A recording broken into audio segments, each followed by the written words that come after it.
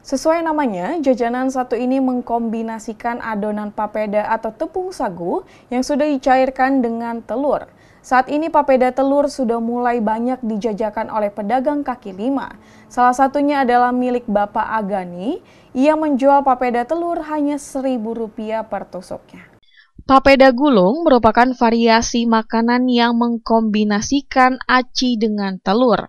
Jajanan papeda gulung menjadi salah satu makanan yang banyak digandrungi oleh pencinta aci. Seperti papeda gulung milik Pak Agani, ia menjual papeda gulung cukup diminati oleh kalangan anak-anak sekolah. Papeda buatannya berbahan telur dengan menambahkan bumbu di dalamnya seperti bumbu jagung, saus, dan kriuk SP.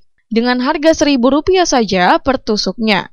Pedagang papeda telur Agani mengatakan sudah 2 kali dilakukan pengecekan ke laboratorium dan hasilnya aman karena tidak banyak menggunakan bahan pengawet.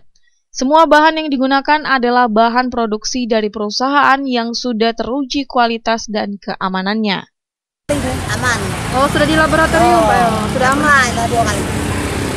Karena kita tidak banyak nganu pengawet. Oh, iya. Ini kan sepatnya produk dulu sudah ada izin dari perusahaan ya. Nah, jadi kita istilah ada bikin dewek istilahnya. Iya. Sama cak saus bisa Bu. Setiap harinya ia berjualan keliling dan juga mangkal di depan sekolah-sekolah, salah satunya di SD Negeri 56 Lubuk Linggau.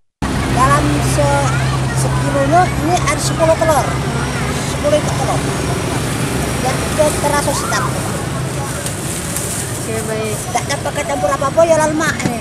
Kamu budak kan doyan. Iya. Senang lah.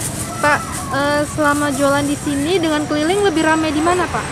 Aturan di sekolahan. Nah, pas di sekolahan itu kan budak tuh kadang-kadang ada yang jajan, nggak jajan.